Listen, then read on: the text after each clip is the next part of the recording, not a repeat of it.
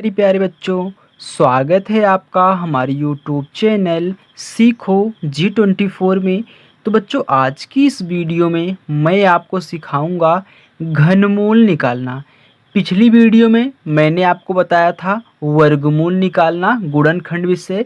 तो आज गुणनखंड विधि से ही हम क्या करेंगे, घनमूल निकालना सीखेंगे।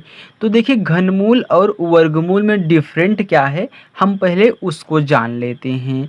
अब देखिए, वर्गमूल में क्या था, सिर्फ यहाँ पे रूट लगा था, संख्या के ऊपर रूट लगा था। जब भी संख्या के ऊपर सिर्फ रूट लगा हो तब आप समझ जाइए कि उसका हमको क्या कहना है, वर्गमूल निकालना है। लेकिन जब यहाँ पे संख्या मेंशन करके दे दे, संख्या लिख करके दे दे, तो यहाँ पे जितना लिखा रहेगा उतने का अंदर जोड़ा बनेगा। अब देखिए, यहाँ पे 3 लिखा है ना, यानी कि घन के रूप में बनेगा, इसको इसलिए हम इसको क्या बोलते हैं, घनमूल बोलते हैं। अगर यहाँ पे 4 दिया रहेगा तो अंदर 4 का जोड़ा बनेगा। कुछ नहीं दिया रहेगा तो 2 का जोड़ा बनाएंगे, यानी कि वर्गमूल होगा। अगर 3 दिया है तो 3 का जोड़ा बनेगा, यानी कि क्या है, घनमूल है। तो यहाँ पे मैंने 3 दिया है, इसलिए क्या है, घनमूल है। चलिए अब इनका गुणनखंड करके अच्छे तरीके से मैं आपको घनमूल निकालना सिखाता हूँ। तो पहला क्वेश्चन हमारा घनमूल 8। देखिए, पहला प्रश्न क्या है, घनमूल 8। अब देखिए, सबसे पहले हम क्या करेंगे, ये जो मेरी संख्या 8 है इसका हम फैक्टर करेंगे, यानी कि गुणनखंड करेंगे। तो चलिए इसका हम फैक्टर करते हैं। तो यहाँ पे देखिए, 8 का हम क्या करेंगे, फैक्टर करेंगे। चलिए काटिए। देखिए, ये सम संख्या है ना, सम संख्या है तो पहले 2 से आप काटेंगे। तो 2 से इसमें देखिए, काटने का मतलब होता है बच्चों कि आप भाग दे रहे हो। तो 2 का पहाड़ा पढ़िए, देखिए 8 कितनी बार में आता है, तो 2 चौका 8 होता है, यानी कि 4 बार में। तो ये इसके नीचे 4 लिखेंगे। और इसका एक नियम है कि पूरा पूरा भाग जाना चाहिए, दशमलव यानी कि उधार उधार नहीं जाता है, सिर्फ पूरा पूरा आधा आधा कटना चाहिए, तभी आपका यहाँ पे सही होगा। अब फिर देखिए, फिर सम संख्या है तो 2 दूनी 4 होता है, तो 2 दूनी 4 हो गया। फिर देखिए 2 है तो 2 को 2 से काट देंगे, तो यहाँ पे 1 हो गया। कितना आ गया, 2 गुणे 2 गुणे 2, यानी कि 2 3 बार आया है। तो यहाँ पे घनमूल बनाइए ऐसे, और यहाँ पे क्या करिए, जो गुणनखंड 8 का आया है, 2 गुणे 2 गुणे 2, उसको ऐसे लिख लेंगे। अब देखिए, मैंने आपको बताया था कि यहाँ पे जितना लिखा रहे उतने का अंदर जोड़ा बनेगा, यानी कि यहाँ पे 3 लिखा है, घनमूल है, तो 3 का जोड़ा ऐसे बन जाएगा। 3 का जोड़ा बन गया तो इसमें से एक ही बाहर आएगा, यानी कि 2। 2 आपका क्या हो जाएगा, आंसर हो जाएगा, यानी कि रूट सॉरी घनमूल 8 का कितना होगा, 2 होगा। चलिए देखिए, अब दूसरा प्रश्न देखिए, दूसरा प्रश्न है घनमूल 216। तो चलिए सबसे पहले इसका गुणनखंड कर लेते हैं 216 का।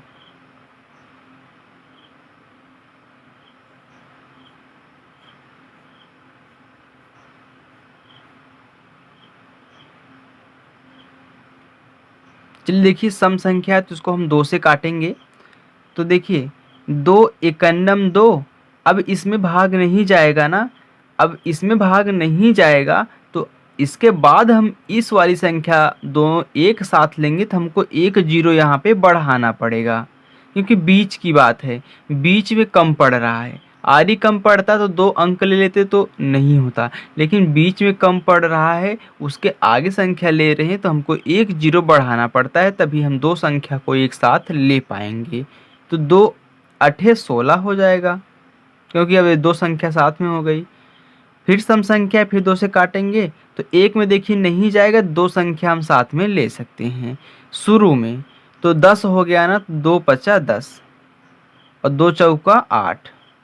फिर देखिए 2 से काटिए, इसमें देखिए 2 दूनी 4, इसमें कितना बचा, 1 ना, और फिर इसके बाद 4 के आगे 1 लगेगा, 14 हो जाएगा।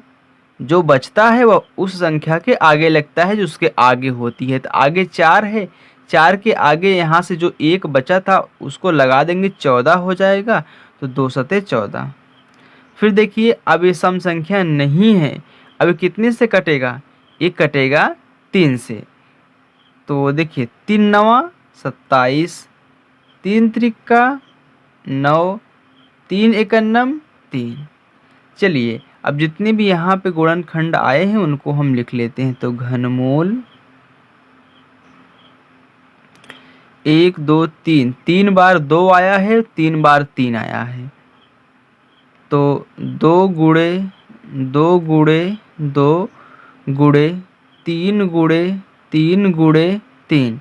अब देखिए 3 3 का जोड़ा इसका बन गया, 3 3 का इसका बन गया। अब दोनों में से एक एक अंक बाहर आएगा, इसमें से 1 2 आएगा, इसमें से 1 3 आएगा।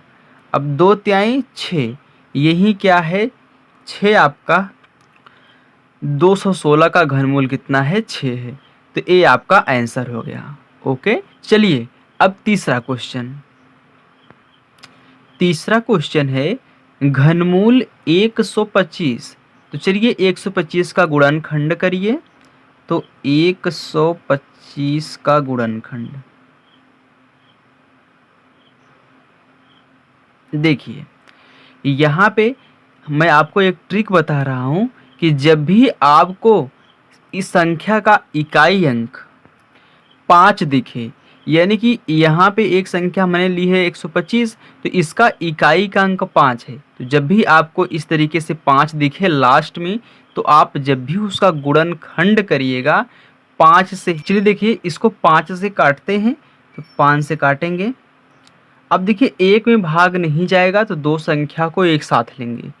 तो 5 दूनी 10, इसमें कितना बचा 2 बचा ना, 5 दूनी 10 ही तो आया। ये 12 था, तो ये 12 था, तो इसमें 2 बच जाएगा। जो 2 बचेगा वह 5 के आगे जुड़ेगा। अपने हिसाब से जोड़ लीजिए, यानी कि अपने मन में ही रखिए। यानी कि हम 5 के आगे अगर 2 लगा दें कितना हो जाएगा 25 हो जाएगा। तो 5 पचा 25, ये पूरा 25 है ही, इसको ही 5 से काट देंगे तो 5 पचे 25, फिर 5 एकन्नम 5। ओके चलिए देखिए अब यहाँ पे हम इसको लिख देते हैं। कितनी बार आया 3 बार, 5 1 2 और 3 बार जोड़ा बना दीजिए, एक ही बार बनेगा, 1 5 बाहर आ जाएगा। तो ये आपका आंसर हो जाएगा, यानी कि 125 का घनमूल 5 होता है। हो गया। चलिए चौथा क्वेश्चन देखते हैं। अब देखिए चौथा है घनमूल 15,625, यानी कि 15,625 का घनमूल निकालना है। तो चलिए सबसे पहले इसको हम क्या करते हैं, इनका गुणनखंड कर लेते हैं। यानी कि हम 15,625 का गुणनखंड करेंगे। पहले मैं इसे पार लेता हूँ। ओके आप भी ऐसे कर लिया करिए। देखिए इनको हम किससे काटेंगे, मैंने आपको बताया अगर लास्ट में आपको 5 दिख रहा है इकाई अंक, तो आप इनको 5 से ही काटिए। तो 5 से काटेंगे, एक में नहीं जाएगा, दो संख्या एक साथ लेंगे तो 5 तिहाई 15।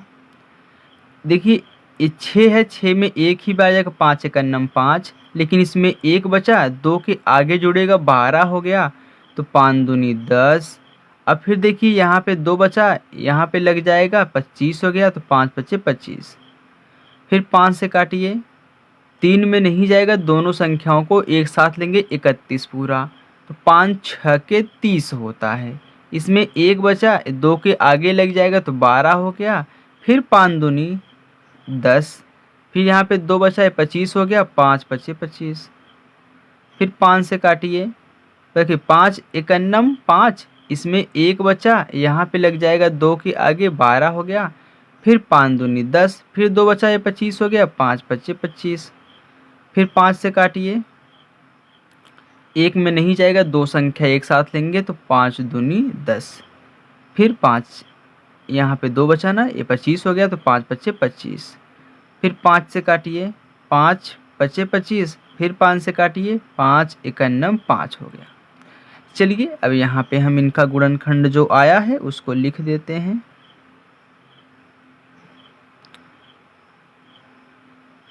कितनी बार आया है 6 बार, 5 गुणे 5 गुणे 5 गुणे 5 गुणे 5 गुणे 5। जोड़ा बना लीजिए, एक जोड़ा, दो जोड़ा, दोनों में से एक एक हम बाहर ले लेंगे, 5 इसमें से 5 इसमें से, तो कितना हो गया 5 पचे 25। यानी कि 15,625 का जो घनमूल है वह कितना होता है 25 होता है। यानी कि आप 25 गुणे 25 3 बार करोगे तो आपका आंसर यहीं आ जाएगा। तो हमें आशा है कि बच्चों आपको घनमूल निकालना बहुत ही आसान तरीके से आ चुका होगा। दोस्तों यदि आपको ये वीडियो पसंद आई हो तो प्लीज़ वीडियो को लाइक करें और इस चैनल पर नए हों तो चैनल को सब्सक्राइब करें। ओके।